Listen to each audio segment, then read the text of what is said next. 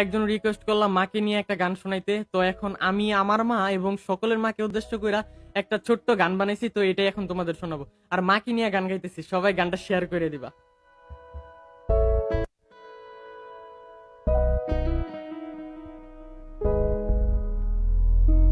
মা, তুমি ছেড়ে আমায় যেও না, তুমি জান্নাতের ঠিকানা। যারা মাকে কষ্ট দাও জান্নাত পাবে না। তুমি ছেড়ে আমায় যেও না, তুমি জান্নাতের ঠিকানা। যারা মাকে কষ্ট দাও জান্নাত পাবে না। ওগো মা, তুমি যদি